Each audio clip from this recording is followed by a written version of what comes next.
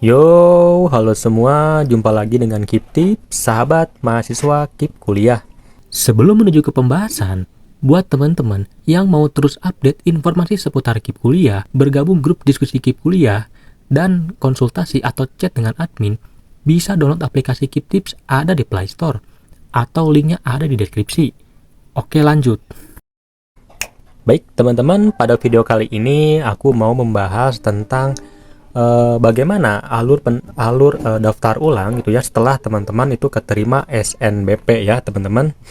Kita coba klik di sini dulu nih SNBP. Nah, banyak banget dari teman-teman yang mengira gitu kan, dan bahkan menurutku ya tidak tahu tentang alur pendaftaran atau alur bagaimana dari awal menjadi siswa hingga nanti menjadi mahasiswa KIP kuliah. Nah, ini juga tentu menjadi catatan buat teman-teman untuk senantiasa mencari informasi tentang SNBP ini ya. Namun sebelum menuju ke pembahasan ya, buat teman-teman sekiranya yang mau konsultasi atau chat denganku, live chat, teman-teman bisa download aplikasi Kip Tips ada di Play Store. Dan teman-teman juga bisa untuk berkonsultasi dah ini secara gratis gitu ya. Oke, kita lanjut. Nah, terkait alur dari teman-teman dari siswa ya, dari perjalanan dari SNBP ini menjadi mahasiswa KIP kuliah itu sebetulnya sudah pernah aku bahas ya teman-teman. Namun masih aja ada teman-teman yang selalu mengira gitu kan bahwa setelah keterima SNBP ini maka teman-teman akan otomatis menjadi mahasiswa penerima KIP kuliah. Namun pada kenyataannya itu tidak seperti itu ya teman-teman. Jadi setelah teman-teman keterima SNBP ya, teman-teman banyak banget yang mengira bahwa teman-teman akan langsung menjadi atau lolos KIPK ya. Nah, pada kenyataannya tidak seperti itu. Teman-teman jangan dulu GR gitu kan. Setelah lolos SNBP maka akan langsung lolos KIP kuliah. Tentu tidak seperti itu, teman-teman ya. Jadi begini, terkait alur teman-teman setelah lolos dari SNBP, mudah-mudahan teman-teman semua lolos seleksi nasional berbasis prestasi ya. Itu. Nah, teman-teman jangan dulu GR nih bahwa teman-teman saya akan lolos dari KIP kuliah juga ya, bukan akan lolos juga dari SNBP ini gitu. Nah, alurnya tuh bagaimana ya dari teman-teman setelah lolos SNBP ini gitu ya. Gitu. Di sini mungkin aku akan memberikan gambaran besarnya ya. Kalau teman-teman sudah lolos SNBP mudah-mudahan gitu kan, maka yang perlu teman-teman lakukan adalah hanya satu ya teman-teman. Yang pertama itu adalah dengan daftar ulang. Nah, daftar ulang. Daftar ulang itu bagaimana ya, teman-teman? Nah, kalau teman-teman perlu menyiapkan data-datanya dari sekarang silakan ya. Namun ada beberapa kampus yang memang kayak daftar ulang itu hanya sekadar mengisikan nama, alamat dan lain-lain. Namun secara garis besar ada kampus yang mengharuskan yang pertama nih. Yang pertama adalah mulai dari SKTM. Yang kedua adalah foto rumah ya, foto rumah.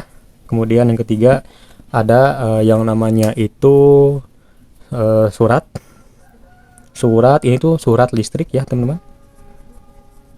gitu. Nah, jadi buat teman-teman yang terdata di TKS ya, kan di akunnya itu kan tidak ada yang namanya surat listrik, PBB dan lain-lain. Namun ketika teman-teman daftar ulang di website kampus, maka teman-teman harus banget punya surat listrik nih, semisal pembayarannya di bulan ini berapa, teman-teman dicetak gitu kan. Nah, itu teman-teman memerlukannya di daftar ulang ini di website kampus ya, bukan di akun KIP, bukan, melainkan di website kampus ketika teman-teman semua daftar ulang, seperti itu. Nah, ini adalah kurang lebih gambaran besar, yaitu teman-teman perlu banget SKTM, kemudian teman-teman juga perlu yang namanya foto rumah gitu kan. Teman-teman juga perlu yang namanya itu surat listrik atau pembayaran listrik, kurang lebih seperti itu. Nah, terus terang aku agak lupa nih apa lagi yang diperlukan ketika daftar ulang di kampus gitu ya. Cuman kurang lebihnya teman-teman memerlukan ini. Nah, setelah teman-teman semua gitu kan daftar ulang di website kampus itu kan, maka teman-teman akan menunggu yang namanya itu pengumuman kelolosan gitu kan. Gitu. Pengumuman kelolosan gitu kan ya.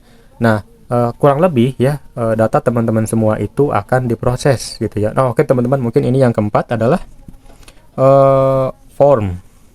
formulir apakah. Nah, kalau teman-teman buka akun KIP kuliah, di sana kan ada yang namanya itu unduh atau cetak formulir. Nah, teman-teman harus mengumpulkan itu di website kampus ya. Jadi teman-teman tinggal download aja lah, gampang ya. Nah, setelah teman-teman semua daftar ulang di website kampus, maka teman-teman tinggal menunggu 1 sampai 2 minggu hingga pengumuman dari kampus itu tiba ya. Itu anggaplah 2 minggu kemudian teman-teman semua menuju ke pengumuman. Alhamdulillah ya teman-teman yang datanya lengkap, semuanya sesuai gitu kan, maka teman-teman akan langsung lolos KIP kuliah ya.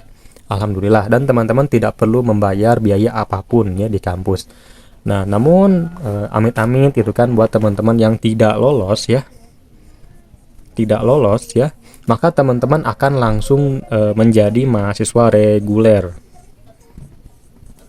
Gitu. Mahasiswa reguler itu apakah? Yaitu mahasiswa yang tidak dengan KIP kuliah. Jadi teman-teman harus bayar UKT-nya sendiri, bayar keperluan kampusnya itu sendiri ya. Gitu. Nah, ini untuk yang tidak lolos ya teman-teman. Lalu buat teman-teman yang lolos seleksi di kampus, maka teman-teman akan langsung dapat KIP kuliah dan tinggal menunggu proses pencairan lainnya seperti itu. Gitu. Nah, ini adalah terkait alur dari teman-teman lolos SNBP hingga menjadi mahasiswa KIP kuliah. Jadi teman-teman daftar ulang dulu. Nah, ini adalah berkas-berkas yang perlu teman-teman siapkan, dan teman-teman tinggal menunggu seleksi hingga teman-teman menjadi mahasiswa KIP kuliah gitu kan, dan teman-teman benar-benar bisa mendapatkan fasilitas atau biaya-biaya yang ada di KIP kuliah. Namun jika tidak, maka teman-teman akan menjadi mahasiswa reguler gitu. Nah, ini tentu menjadi salah satu hal yang perlu teman-teman perhatikan ya, barangkali buat teman-teman yang masih belum memilih jurusan di seleksi nasional berbasis prestasi ya. Apa itu Kak ya? Kalau teman-teman masih ingat videoku tentang 4 hal ini, tidak kalah penting dari terdaftar DTKS. Apa itu? Ya, salah satu hal yang menurutku menjadi poin utama dan poin penting adalah tentang akreditasi. Ya. Mungkin untuk 3 sisanya tinggal teman-teman cek di videoku sebelumnya ya. Jadi akreditasi ini tuh bisa dibilang salah satu kunci utama teman-teman itu bisa lolos KIP kuliah juga. Tidak melulu tentang DTKS, tentang DESIL, PPKE dan lain-lain, tapi yang sangat penting adalah teman-teman memilih jurusan yang memiliki akreditasi tinggi ya. Contohnya ya, ada yang unggul, ada yang A, yang B dan yang C. Nah, mohon maaf nih ya buat teman-teman yang malah memilih jurusan yang belum terakreditasi ataupun malah jurusan baru. Mohon maaf sekali lagi, maka teman-teman peluang untuk tidak keterimanya itu lebih tinggi gitu. Kenapa? Karena yang C saja itu hanya dipertimbangkan, bukan akan kemungkinan lolos, tapi hanya dipertimbangkan untuk lolos seperti itu. Makanya aku selalu bilang teman-teman bahwa keempat hal ini tuh penting banget gitu kan. Namun banyak banget teman-teman yang tidak mengetahui yang keempat hal ini. Keempat halnya itu apa? Tinggal teman-teman cek aja di video sebelumnya seperti itu. Nah, teman-teman, berikut adalah alur gitu kan dari teman-teman setelah lolos SNBP hingga menjadi mahasiswa KIP kuliah gitu kan, atau teman-teman itu kan semisal lolos, maka teman-teman ya akan langsung dapat. Namun jika teman-teman yang tidak lolos, maka teman-teman akan langsung menjadi mahasiswa reguler seperti itu. Nah, sekali lagi aku mengingatkan buat teman-teman barangkali yang memang masih bingung terkait apa itu beasiswa ini, teman-teman bisa banget untuk live chat gitu ya, atau langsung konsultasi denganku secara gratis di aplikasi Keep Tips ya teman-teman. Ada di Play Store, tinggal teman-teman tanyakan kebingungan, kebimbangan teman-teman semua tentang beasiswa ini seperti itu. Oke, kita selamat bertemu di aplikasi Keep Tips ya teman-teman. Kita bertemu lagi di video selanjutnya.